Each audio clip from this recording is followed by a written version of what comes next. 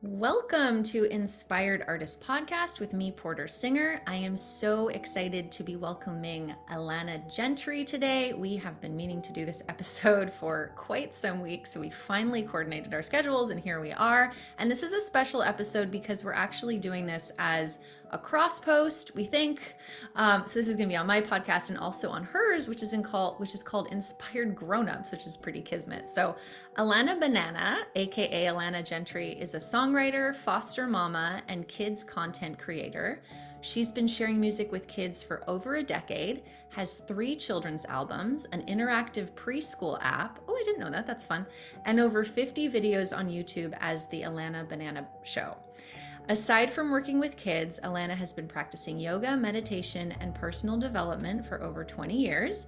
She's the host of the new podcast, Inspired Grownups, helping parents to live with presence and find their joy again by doing what they love. All right, well, welcome, Alana. Let's get going.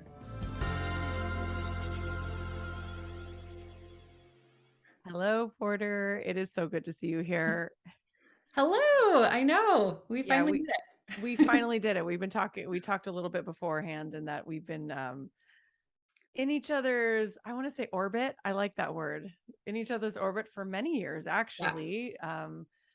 And it's really nice to have a conversation here because when I started Inspired Grownups, you reached out and said, "Oh, I have Inspired Artist Podcast." And I was like, "I know, I've heard it." I have listened, but you've been doing it for a few years. How long have you had your podcast? I think since 2019, but I took like a little mental health break. I actually thought I was going to stop doing it indefinitely, and then I had a change of heart, mainly because I was like, wow, people are still listening to this. So that's always kind of a nice feeling when you're like, I don't think anybody cares. Oh, wait, it seems like they might. So yeah. And I think it's okay to stop and start and just take breaks and create space in our lives. So Porter mentioned this before for her crew, but we are doing a cross podcast. We'll see how it goes, where we're just going to have a conversation and then put it on both of ours and share each other with our circle. Yeah. Well, I mean, it's totally perfect. It's like inspired artist, inspired grownups. Right. Yeah. Right. And we are both singer-songwriters. I know I've been in the children's music space for a while now. But I feel like we connected through yoga. We did. Mm-hmm.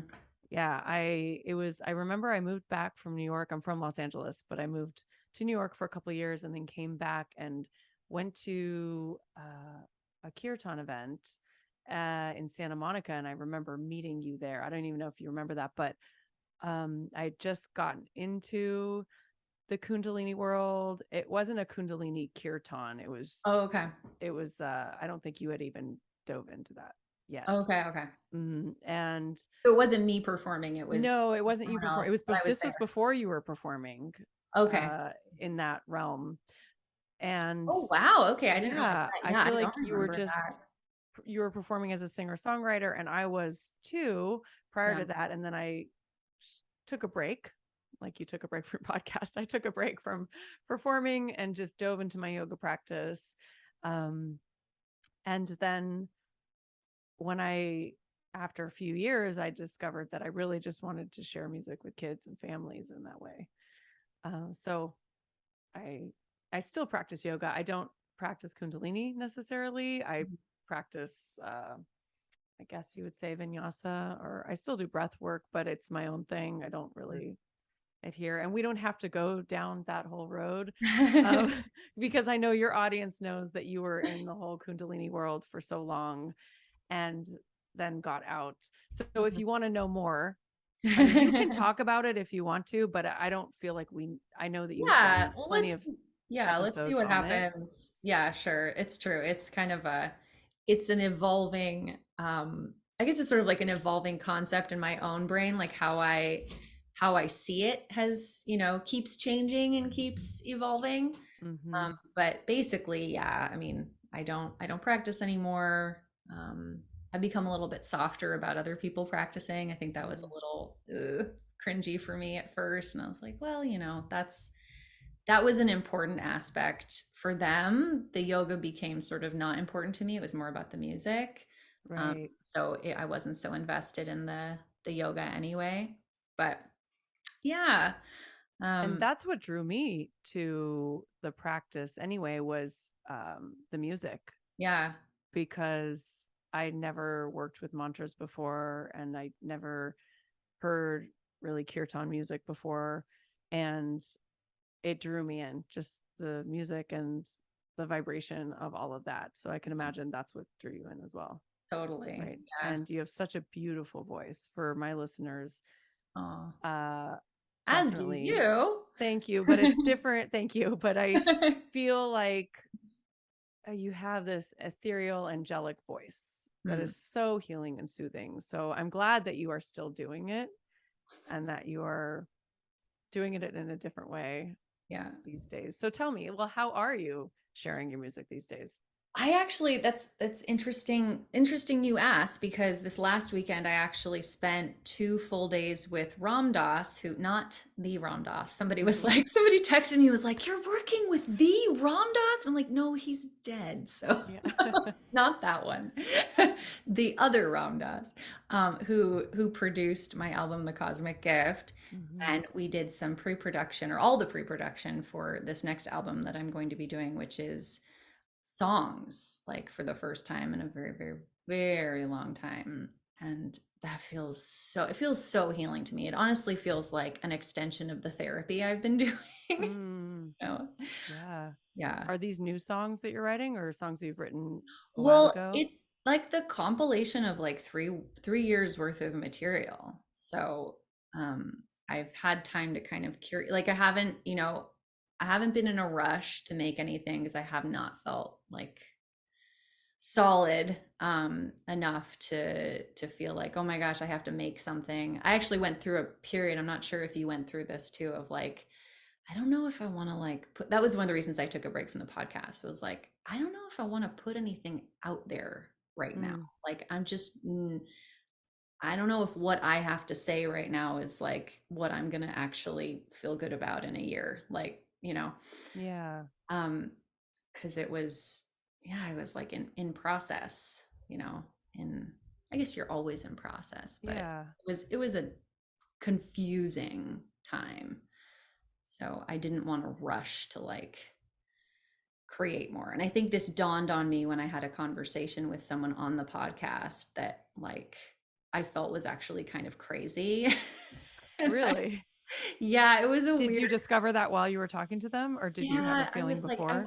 yeah, I was like, wow, this is really nuts. I think I have to kind of get a handle on how I feel all about this, because Mm, it was just, it really kind of hinted at me like, I think you need to take a little time to, like, let all the dust settle.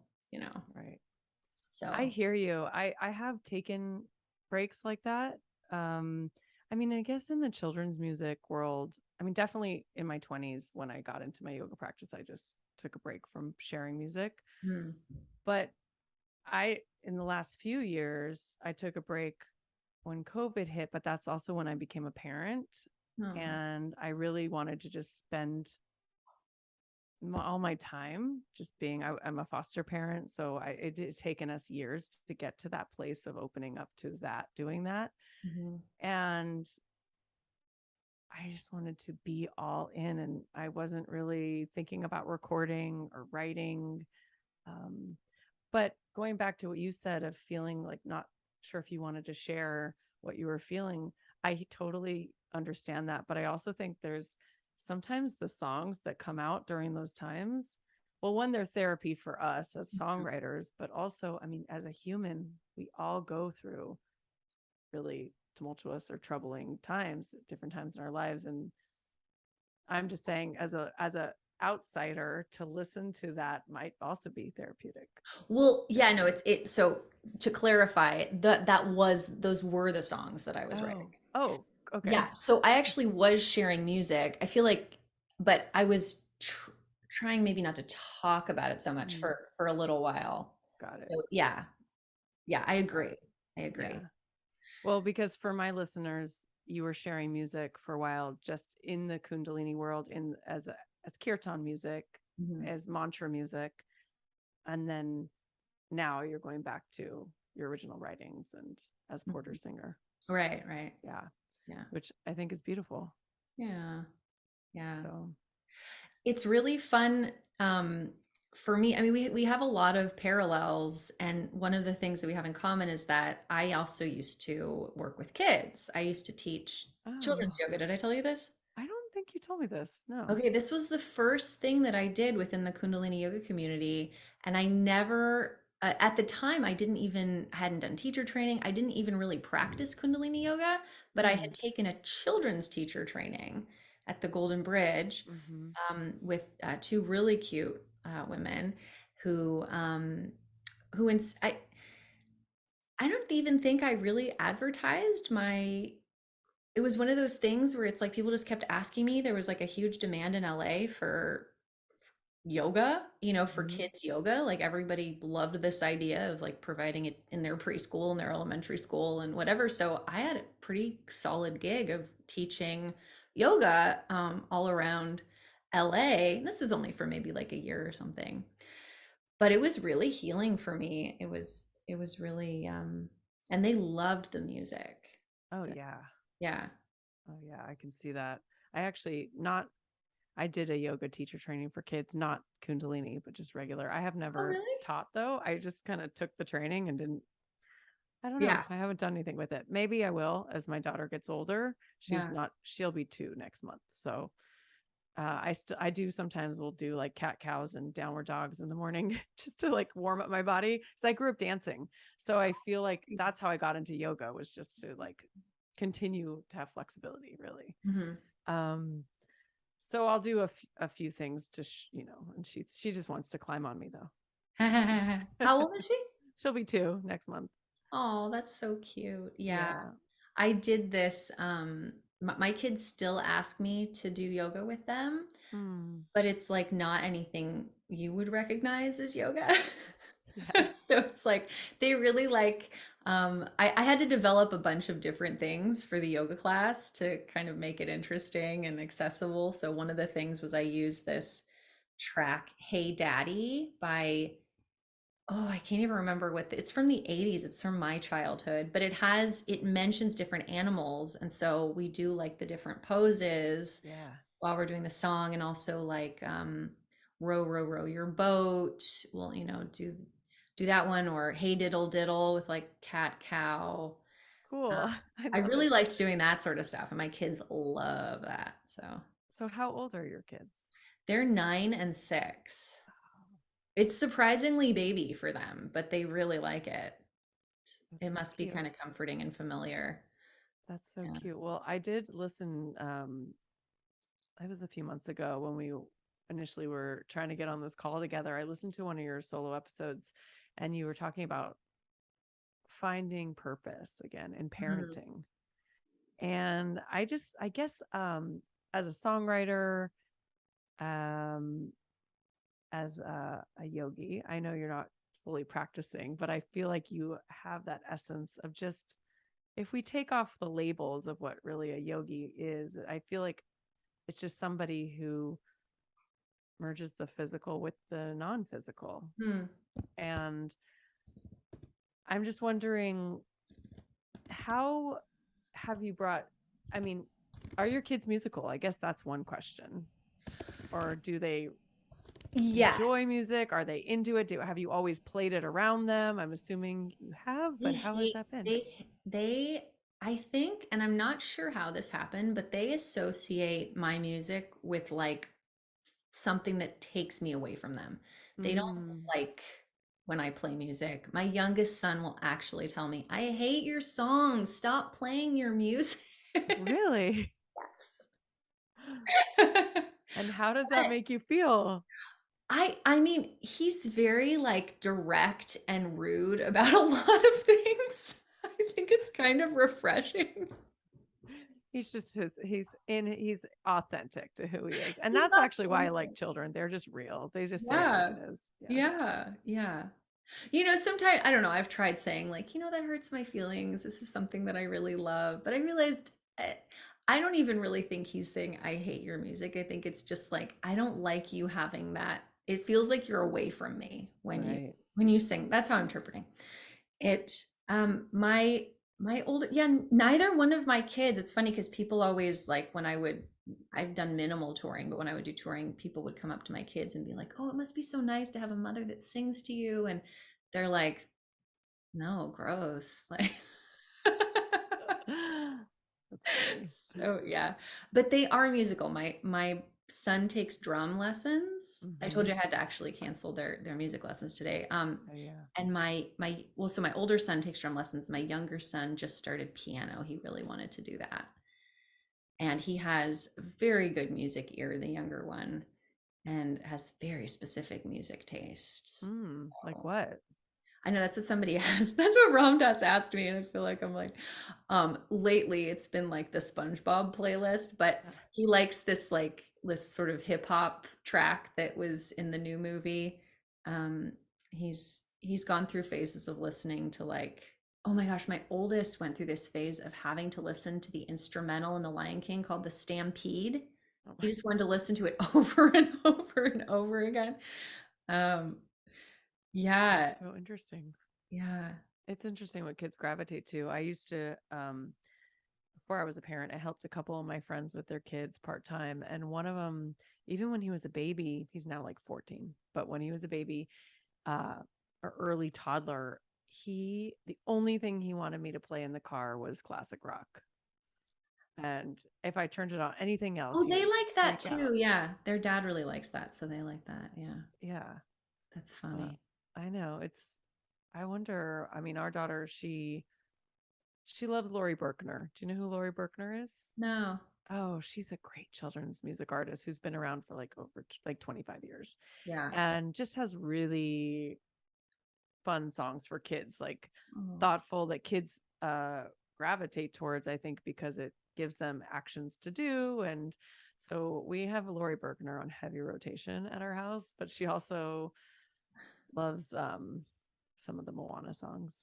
And then I play her the Beatles because I grew up with the Beatles, Mhm. and at dinner I put on jazz music because I just want something other than children's music. But I'm just trying to like give her little bits of different things. Stevie Wonder, we've got that going on at home for dance parties. Mm. Yeah. Oh yeah, we used to do dance parties. I got rid of my big speakers and we haven't done that in a while, but we used to listen to like this guy Jai Wolf. So a Oh, DJ. He really likes they like that sort of stuff. We'd pretend we were doing a rave. oh, Yeah.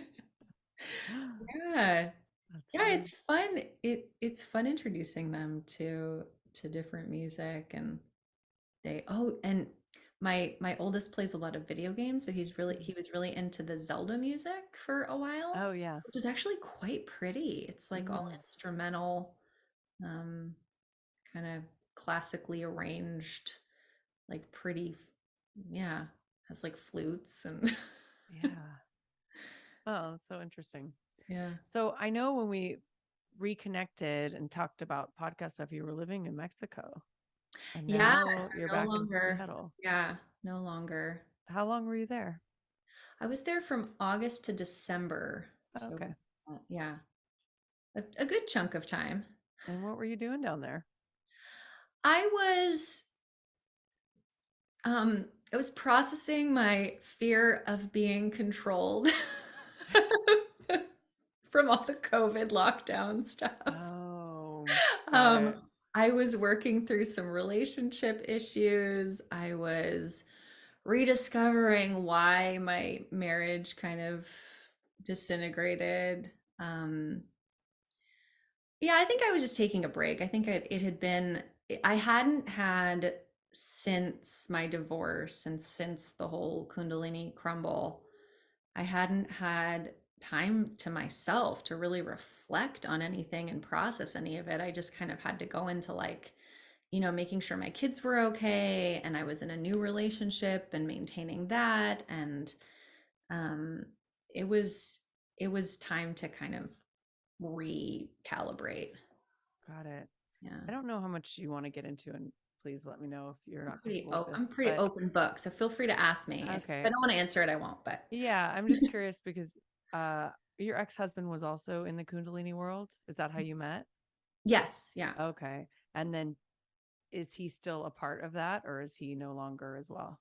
He is in like uh, a way. He lives in a community where he lived in Mexico. So basically we went down there and that gave me time to be by myself because he had the kids half the time, Mm-hmm. which was not the case when we were in Washington. So Mm. he lives in a community that's very new age spiritual, ayahuasca ceremonies, kundalini yoga. Gurmukh goes down there, Mm-hmm. I don't know, once a month or whatever. There's like all that kind of going on. So in that sense, he's still part of it, but he's shaved his head and his beard and doesn't wear the garb anymore. And Okay. yeah, Wow. yeah. It's really interesting to me. Because I was removed from that before everything crumbled and kind of came out. Um, uh, I was I was shocked and not shocked. It Mm, was like both like because I'd heard about other teachers like the Bikram and mm, mm, and I was disappointed, very disappointed. But there was a part of me when I was teaching because I taught for 3 years and when I was in training that I felt like I got a lot out of the practice. Just, I think really was a lot of the breath work and just movement and the time for meditation. And of course, the sound mm, current through mantra. But it always didn't resonate with me. It has to be exactly this way. And this mm. is the way. And so I was kind of like, oh, it's disappointed, but also like, okay, I kind of see what happened Yeah. of course, I wasn't as immersed um, as you were at the time. So I can only imagine when I've listened to some of your episodes, I'm like, oh, my heart, just for everybody who Yeah. Yeah. has, experienced that. But I was reading, and I know that you are an emotional fluency coach. So can you talk about that a little bit and what that is? Yeah, yeah. I did want to ask you before we go into that. Were Mm-hmm. you at all part of like the Rama community or anything like that? Or no, you No, weren't. Yeah, neither was like I. I never went to like solstices. I did do Okay. like white tantric yoga once during Okay. teachers training, and I did have like really cool experience Yeah. with it. But yeah, and I'm not sure. I don't know why I didn't like dive in like that. Yeah. But I guess I just didn't. I just still liked my lifestyle, but then I wanted to teach and like jump in a little bit, Yeah. right? Well, it's nice you felt you could just dip a toe or a foot in and like be okay with that. I kind of felt Mm-hmm. like I had to go all in, but that might just be my personality with things. I tend to like Mm, really, it's like I'm like, ooh, and I'm like hyper focused here, and then I'm gonna be hyper focused here. That's just kind of how I've always been. But yeah.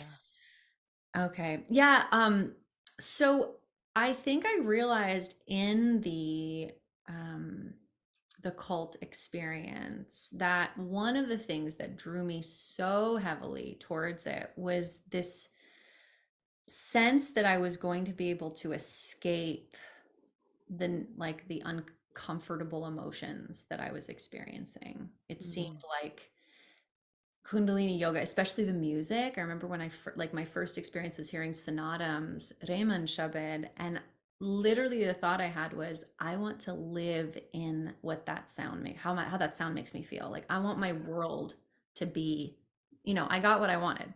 Right. um, and I think in retrospect, it was because I'm highly sensitive, so many emotions, so much childhood trauma, things as we all do. And just really wanted to escape that and who I was, and just didn't really like myself. So, I mean, Yeah. getting a new name, that was a great proposition. It was like you get a whole new life. That's Right. great. You don't have to be your past, but the problem is that you still are. Yeah. And so it was funny when I went back to like my quote unquote, my original spiritual name. Um, I realized like all of the stuff that I hadn't dealt with before I joined, before I signed up for it, it was all there. It was all I still had to confront it, you know. Mm, I just yeah. hadn't been looking at it. So, but I discovered that there is like a tremendous power in actually looking at how you feel and looking at how you feel about yourself because it's informing what is, in essence, preventing you from growing. You know, like when it comes up, that's your opportunity to look at it so that you can expand, so that you can, become like you can sort of keep up with the growth that your soul is wanting, or however you conceive of that. Because I really feel like we get these messages, and when we experience like fear or sadness or grief or anxiety, like that's really our cue to, from ourself, from our higher self, to be like, it's time to heal that now. It's time to Yeah. grow, you know. Yeah. I agree. So that's what emotional fluency is to me. I kind of coined that term and then discovered that other people were using it too. So I'm not sure how, and it sort of aligns. It's kind of strange. I'm not sure if like I'm gonna have to come up with something else because it's trademarked. I really Mhm. haven't gone into that. We'll see. But it seems like it's pretty, like when I read what other people are doing, I'm like, that's pretty aligned with how I'm conceiving of it too. So it's pretty cool. Yeah. So it's you're helping other people then like really get in touch with what they're actually feeling and where it's Hmm. coming from and how they can move through it. Yeah. Yeah. Cool. It's so interesting how I'm sure you find this, like the way you feel about one thing is the way that you feel about everything usually. Yeah. So like when you discover these sort of patterns of how you react to certain things, you can like not only see where it stems from, but like, oh, that's why that bothers me. That reminds me of this thing. And yeah, this is always how I deal with with this emotion. And so it's like, oh, that's why my work situation isn't going so well, and that's that block that I feel in my relationship, and that's why when my kid says that, it makes me feel this way. Mm, It's pretty yeah. crazy. I find that being a parent, and let me know if this resonates with you, it's just being a parent brings up so much because the way your kids are, especially I've talked about it before in a lot of my recent episodes because I'm totally in like the toddler phase where she's independent and is asserting that independence and has her own plan for what she wants, and it's coming up against my plan. And I'm Mm, somebody who's always like, oh, I go with the flow, which I do for the most part, but I think a lot of my flow lately is me acknowledging the feeling of frustration mm. or like, oh, that's not what I wanted to come up, and then really looking at myself and thinking and my feelings and say, well, do I have to do the way I thought in my head was going to go? Or can I just let it flow and see think about her perspective more and like where she's at and like go with that. And I think it is like a dance. Yeah, it really is, because you don't want to lose yourself. What you want's important too, right? Right. It's just Right. like, yeah, it's where your comfort as a human being is, and then that reflection of like, do I want to do it this way because this is important to me, or because I feel that that's how she should be acting, or in my case, that's how they should be acting, Right. or doing it, or going whatever. Yeah, Yeah. So continuous. it is continuous. And I'm sure I'm learning so much about myself through this parenting process. I think we all do, if we're open to learning. I know Hmm. some people are just going, not really just Yeah, doing what they want to do. And yeah, but yeah, yeah. who Yeah, knows? I think one of the hardest parts of being a parent for me, honestly, is watching other people parent. That's really triggering Mm, for me. yeah. I think in the moment you always feel like, okay, this is the best. Not that like not that I think I'm the best, but like the way I'm doing it is working. So it's really hard to watch you do this other thing. Yeah, I see what you're saying. I think for me, I um I have definitely felt that way at different times, but lately I've been in a place of like, okay, I have no idea what's going on in with their dynamics. And I also think about it on a soul level of like, I do feel like children choose their parents. Yeah. And so what is it that they need to work out and learn in their life? And it has nothing to do with me. Right, right. So that's where my mind goes is I take a step or try my best to take a step back and think. And I Yeah. do that with adults too, and with grownups. I'm like, oh, if it triggers me, like, okay, that's on them. Or Yeah. that's who knows what they need to get out of that or what their lesson is in that. And Yeah. I think really it just frees me up from my mental energy going there and just Yeah. I can bring it back to myself. Yeah. Yeah. That's healthy. Yeah. Trying. I'm working on it. Yeah.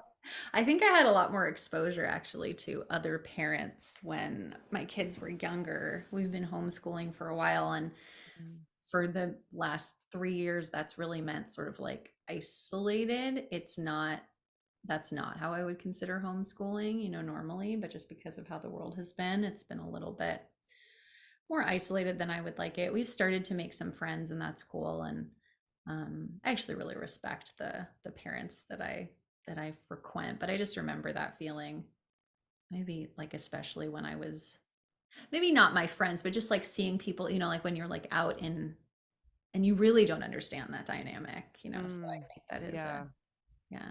Are you enjoying homeschooling? I mean, besides like I know the first few years like with the lockdown and I can imagine how difficult that is and I know from other Yeah. people, but now as you continue to do it, like and things are opening a little. I love what we do. I mean, we unschool. So if we get into like the specifics of, what we're doing, I'm not doing school at home. I'm not like making them sit and read and do like workbooks and stuff. So because Mhm. that wouldn't work for my personality. And well, it's good because it wouldn't work for my personality, but the reason I do it is really because that's what my oldest really needed. Mhm. He was it, I tried putting him in preschool and um like a few different preschools. It was just preschool, I think. And then I put him in kindergarten when we first got here for like 3 weeks, and then everything closed. Um, but he basically expressed to me in his, little kid vocabulary that it was like just breaking his spirit. Like he Mm. could not go on. It was too exhausting. He didn't, it's really hard for him to be around kids all day. It's really hard for him to be told like what he's going to do because he knows what he wants to do, Yeah. and so I had to listen to that. My youngest, I sort of still feel like my youngest will end up going to some sort of school Mhm. because that's more his personality. He really likes to have activities planned for him. Yeah. But that's what I ended up with my oldest. So when we went through the lockdowns, we had to kind of go back to what we had been doing previously. And that was a little bit of a transition because now we were doing it in a different state and we were living in a very small place with my new partner who had who worked from home now because of Mm. it was sort of nuts. So that wasn't fun, but lately, yes, like it's super fun. My kids have decided to take, different lessons. Like my youngest is really interested in 3D animation, so he has a tutor that's teaching him how to use this program called Blender where he can model stuff, which is like insane, the stuff he does as a 6-year-old. Um, and my oldest decided he wanted to take Japanese because he wants to work for Nintendo. Wow. It's just really interesting to me. And he's like really committed to it. He's really committed to learning Japanese. That is so cool. Yeah. And the fact that you really listened to what they need and especially your oldest and knew that that wasn't going to work for you and Yeah. supported him in that way is really cool. Yeah. I had to learn a lot about it because it was a little nerve-wracking. Yeah, I can imagine. My brother was homeschooled and my sister and I went to school, throughout our whole schooling. My brother's 10 years younger, and my mom homeschooled him from, I think, till he was in fifth grade.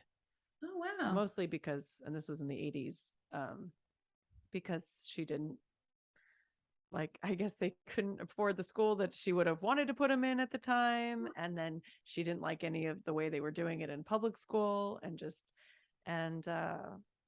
yeah, and he's thriving. He's doing so great. So was she It just tired of that by the time y'all came around? um no, well, we were first. My Oh, sister and I sorry, were he's 10 years first. Yeah, younger. younger. Sorry about Yeah. that. Okay. Yeah, no, and so yeah, so I think we were older and she had the time and like was able to do that for Oh, him. okay. And That's yeah, and interesting. just really followed his passions and what Yeah. he wanted to do, like what you're saying with your kids, and Yeah. took him to different classes and had different things, Yeah. that he Yeah. did, and was like, oh, you're going to learn how to, at this time, like, you're going to learn how to deposit a check today, and you're going to learn how to now that's very different, but Yeah. you're going to learn how to do your laundry today. Yeah. um all the things, which you can do that even if your kid's in school, of course, but Sure, sure. Yeah. yeah, life skills. Yeah, totally.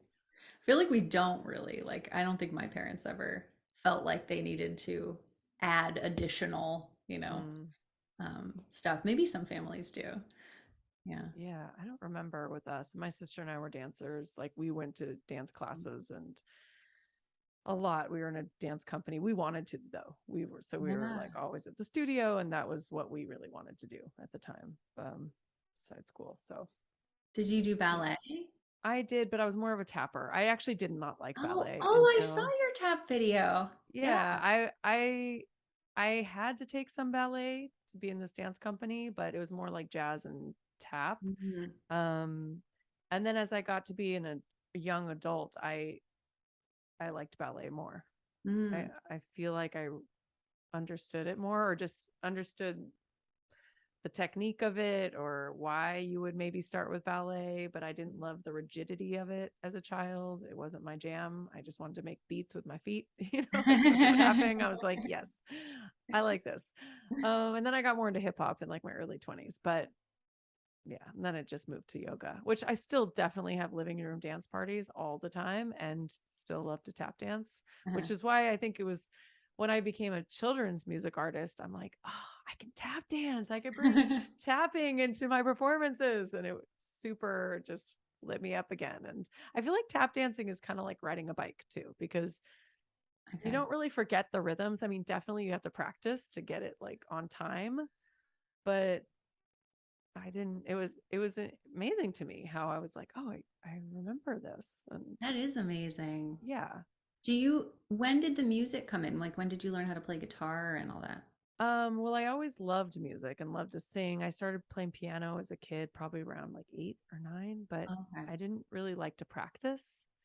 And I pretended that I learned to read music and I just memorized everything, which didn't Same. really benefit me Yeah. now, but yeah, same. Totally. Um, If you have a really good ear, it's uh, really good. It's really yeah, easy, right? yeah, Yeah. right. So my parents didn't continue. I think I took piano for like a year or something. Oh, okay. I didn't start playing guitar till I was 20. Oh, okay. I was pursuing acting and out of high school, and I love the craft of acting, but I didn't love the industry in LA of acting. And at the time, I was living with a friend who happened to be a child actress, and Mhm. but wanted to get out too. She was like, I'm not really into it anymore. She ended up becoming an attorney Yeah. and as an adult, and we did some traveling, backpack through Europe when I was like 19, which was awesome. And when I came back, I'm like, I just want to sing. I don't want to act. I just want to sing. And my dad said, I think you should. And he actually gave me the guitar hanging on my wall. That was Aw. my dad's. Well, it was originally my aunt's. She gave it to my dad, and then he gave it to me like 27 years ago now. And Aw. it's like an old 60s Gibson, and I love it. Not that I don't really know that much about guitars. I just know it feels good in my hand. Mhm. So yeah, I just really learned to play, self-taught, just learned to play to like back up my voice. And then I learned the ukulele like after the first time I went to Kauai, in like 2007 or something. And I was like, I just want to learn the ukulele because it's so sweet. It's such a feel good sound. And I think ukulele is pretty simple to learn for Yeah. people who want to like play a stringed instrument. Yeah. Yeah. It's not too difficult. to That was pick up. one of my first gigs with kids actually was teaching like it was called Music for Children. It was a Mm. like a set program. I was supposed to learn how to teach it, but I couldn't by the end of it. I was like, I just can't. I don't know. I like the idea of teaching somebody else's curriculum at that time was Mm, really scary for me, and I also decided to move. But she had all the kids learn how to play ukulele. That was the first thing because she felt that it was just a really beginner friendly totally. instrument. That's what I tell parents if their kid is really into guitar. I mean, maybe some kids will just pick up the Mm. guitar and be able to do it, but it's frustrating to play the guitar at first. It hurts your fingers, it's steel string, it's just a lot. For me, it was frustrating as a 20-year-old. But the ukulele is like smaller on their hands, has nylon strings. Like you could play a C chord with just pressing one string down. So yeah, Yeah, totally. yeah, I simple. started piano a little later than you, but my dad really wanted me to play piano because his mom was a pianist and he always wished that he had taken piano lessons, but because she was a piano teacher too, he was really resistant to it. So I Mm. think he wanted me to play piano for him. And his the big sell was you'll be able to sing, you'll be able to accompany yourself when you sing. Well, fast forward like 10 years and I'm like, when do we get to the part where I'm singing along with this? And I had this, Really? yeah, because it was, like no music teacher, and maybe that was because I never asked. Maybe it didn't occur to me as a I was child. gonna It was say, like, you didn't just naturally want to be like, let me pick a song that I can sing already. Come on. oh, I think the way most music teachers interpreted that was like, well, we can learn a pop song Mm, but it wasn't like the accompaniment, it was right, the song. right. So, but I ended up having this really great jazz piano teacher in college, and he totally got what I wanted. And he was like, well, let's take some of your songs and I'll show you how to like create a part, a piano part for the, and I was like, this. But Oh, that's to come awesome. back to your tap dancing thing, like I played piano. I listened back and I'm like, wow, I was a really good piano player. And then I stopped playing for um when my son was born. Or I guess when I got into 3HO, honestly, I felt like piano wasn't spiritual enough. Really? Yeah, yeah, I picked up the harmonium and I just stopped playing Mm, piano. And it's been like 10 years now, and I can still play it, but it's not the same. I don't remember mm, like what I did, what I used to yeah. do. But I feel But like you could get back there. yeah, Yeah. I probably could. I Yeah. probably could. I feel like the piano is something that I can just pound out some chords. But I would love to at some point in my life. I envision myself as this older lady, like playing piano really well and also playing the harp because I just love Ooh. the harp. And like teaching yoga to my, 70, 80-year-old plus friends. And I mean, Cool who vision. knows if that's what that will be when I'm 70 or 80 years old, but I can see it. So Mhm. it's like in there somewhere. Yeah. I think the future has endless possibilities. So maybe that's just one option. So Something to chew on. Yeah. yeah. My parents had this friend who was a New Yorker, and her mom was the harpist that everyone would get to play on their albums, I guess, like in the whatever decade it was. But her like really cool rent controlled apartment on the Upper West Side had like something like four harps in it, Oh, just so like beautiful. as living room art. They were Mm-hmm. really beautiful. Yeah. Yeah.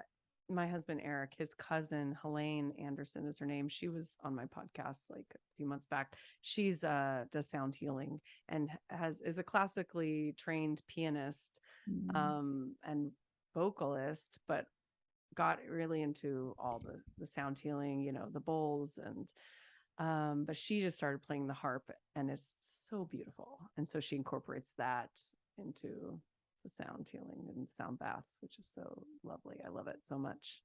Yeah. That Um, instrument is so soothing. yeah, totally. Love that. So what about these tell me about these body cello classes. Oh, thanks for asking. That's sweet. Yeah. Well, I was really missing having a practice that incorporated sound. Mm-hmm. Like if I go to an ecstatic dance or something, I love moving my body, but I'm always like, there's like a singing element missing here. Like I want to sing and dance. I don't want to just move my body. I want there to be like sound going through my body. I don't know. I've Mm-hmm. always felt like that. And with the Kundalini yoga, that was like so cool because we were moving our bodies, we were breathing, we were incorporating sound, and to me, that's like the trifecta of of a solid practice. So Yeah. the basic principle behind body cello is just moving sound through your body, like using, it's called body cello because the cello is the has the range of the human voice, Yeah. which Oh, I didn't realize that. yeah, I learned going to this really cool experimental cello performance at the Kitchen in New York, which is Philip Glass's venue. I'm not sure Mm-hmm. if it still exists. And I was just, I've that's always been like the back of my mind. So I decided to call it that because, like string instruments have that that big cavity, and that's what creates Right. sound. And I feel like our bodies have all this empty space, in them so that we can reverberate sound. And it really, we do like movement with breath, and then the sound comes on the exhale. So it's like breath work with sound, but instead of using a mantra, we're like, using like a humming or like a Mm. tongue trill or a lip roll or just all these kind of vocal things that you would do, but they're being done as breath work repetitively. So I've been pretty influenced by the practices that I've done. Yeah. And it turns out that it deepens your breathing, it calms you down, it helps to prepare you for meditation. It's really fun. And then I kind of intuitively teach it. I don't prepare what I'm going to do. It's Mm-hmm. like, oh, this is the next thing. Okay, this is the next thing. Oh, I This is love the that. next thing. Yeah. That sounds so interesting. And like it would feel so good. I feel like I've done something not with the breath work, but just on my own. I've had times where I just knew I needed to move energy or shift energy. And so I'll do some stretching and I'll do some toning, like kind of just and let whatever sound comes out be trusting that that tone and Hmm. that sound is going to vibrate wherever it needs to in my body to move Hmm. something. Yeah. And I think also doing it intuitively, this is getting like out there, but I love it, is that whoever is a part of that, you're like tapping into like what they need, right? Mm-hmm. On some Yeah. level. I feel For that way. sure. Yeah. Yeah. So one of the next things I was actually going to do was put as like an offering because I have pre-recorded classes right now up on my website, Mm-hmm. but I was going to put an offering for like a private class or Oh, maybe like cool. even a group class, something like that. I was teaching them as group classes, but I decided that I didn't really like the every week online format for Mm. various reasons. But um, yeah, yeah. I mean, Yeah. it's totally intuitive. Like you probably, you know, that's exactly what, what I do. Yeah. That's Yeah, great. it's kind of in us. Like I was noticing my son would kind of hum himself to sleep um certain nights. So I was like, that's really interesting that I feel like I Mm. used to hum to myself to calm myself down. I think that's really human. We kind of know, you know. Yeah. Yeah. Yeah. I mean, I'm always like singing or humming something. I feel like, especially like silly songs too, just with Mhm. our girl, like about making breakfast or like, I don't know, because it takes, I feel like music just uplifts us. It's just what it does, you know? Mm. And so I use it as a tool sometimes when our daughter is getting like frustrated or something. And then I just start singing about something like, and it changes the mood, it changes the vibe. So does she Um, like singing with you? she doesn't sing yet, but she likes hearing it. Like singing. Like, so I'm not sure if she'll be, because she's not our biological child. Hmm. I don't know if she'll be musical herself. I definitely feel like she is already a music appreciator Hmm. and just enjoys having music on and loves to dance. And it'll be interesting to see. I'm I'm so curious about the whole nature versus nurture thing and what she has in her and what is just developing because she's in our world. Hmm. And my husband's also a musician. So we've always got something going on as far as whether it's recorded or whether we're just practicing or just singing a cappella. He's part of the Alana Banana Band, yeah? Yeah, he writes music with me, but Okay. then he also is a musical director and guitar player for an entertainment company that does weddings and corporate events. Oh, okay, cool. Yeah, so he works that way as well. Yeah.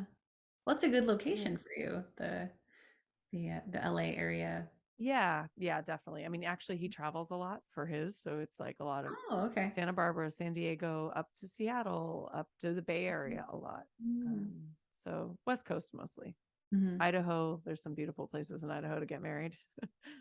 Oh, yeah, And yeah.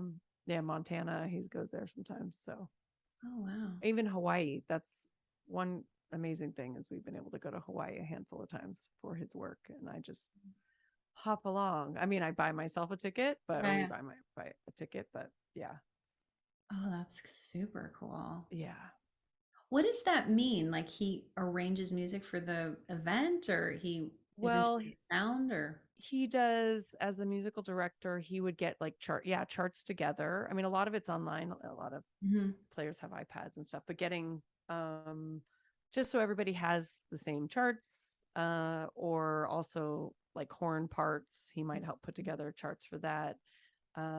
There's sometimes different events, a few events the same night, so there'll be like 3 different bands, and making sure everybody knows like, okay, this is what was requested as far as like Mm. songs, and just making sure people know Oh, okay. they have everything they need musically on that Yeah. end. Yeah. Interesting. Yeah. I didn't even know that was a job. That's really cool. Yeah.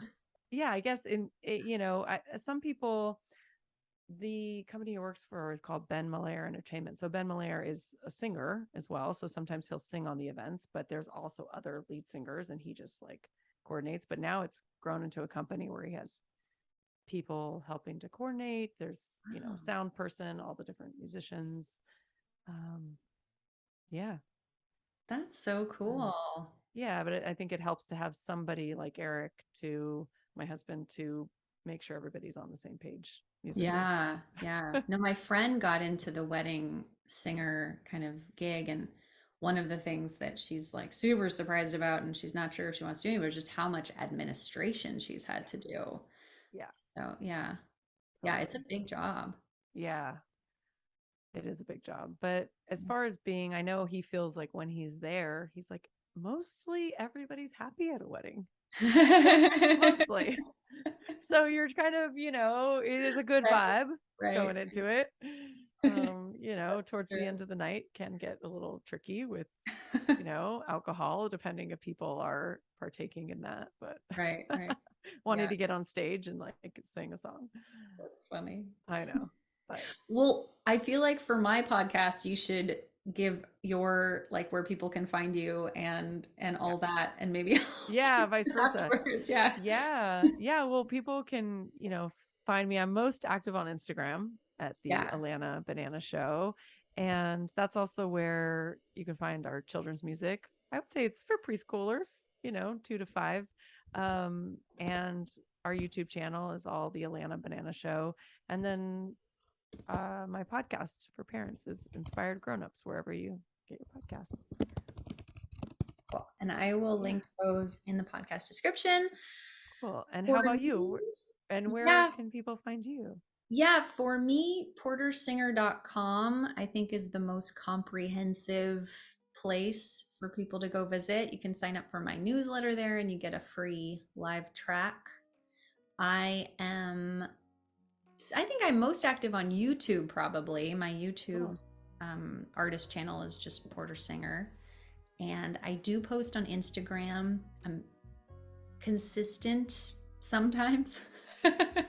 Yeah. But that's a fun space. So yeah, that's at I am Porter Singer. And yeah. So, well, this is so much fun. I'm so glad we got to connect. Yeah. Oh, and my podcast as well is called Inspired Artist Podcast. Yeah, Yeah. totally. And I'll have all those links too in the show notes. Yeah, thank you so much, Alana, for doing this. I'm so glad we finally got to get together. Me too. Thank you. All right. Bye. Bye.